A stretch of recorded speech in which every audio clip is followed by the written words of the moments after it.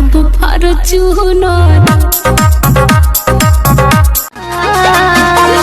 सपना देखा के हमके भुला के दूसरा से शादी रचैल बोलम जी ई कहा कोइलो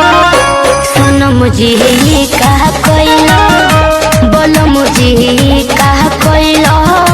सोनम जी ई कहा कोइलो कैसे के केहू कर नाम हमरा दूसरा था केहू मुझे लेबो करत घर के साटा घर के साटा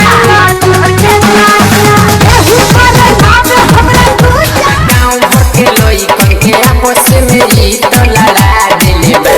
लड़ा दिले बा तहरा अखिया के काजराए जान झगड़ा करा दिले बा तहरा अखिया के काजराए जान झगड़ा करा दिले हमरो ऐसन बा जवानी सब छुअल चाहेला ना जाने काहे हो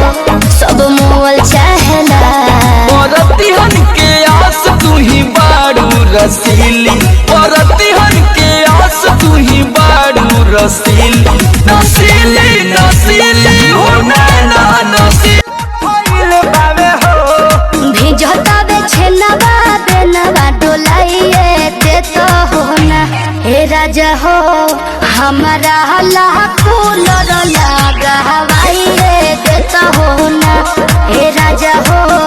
हमारा लाखों लड़ लगा हवाइए ते तो हो ना पापा के तोहरा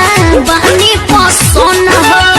हमके बता दा तोहर का बाटे मन हो एक रुपया तिलक न चढ़ावे के परी हाँ एक रुपया तिलक न चढ़ावे के परी बोल दहिया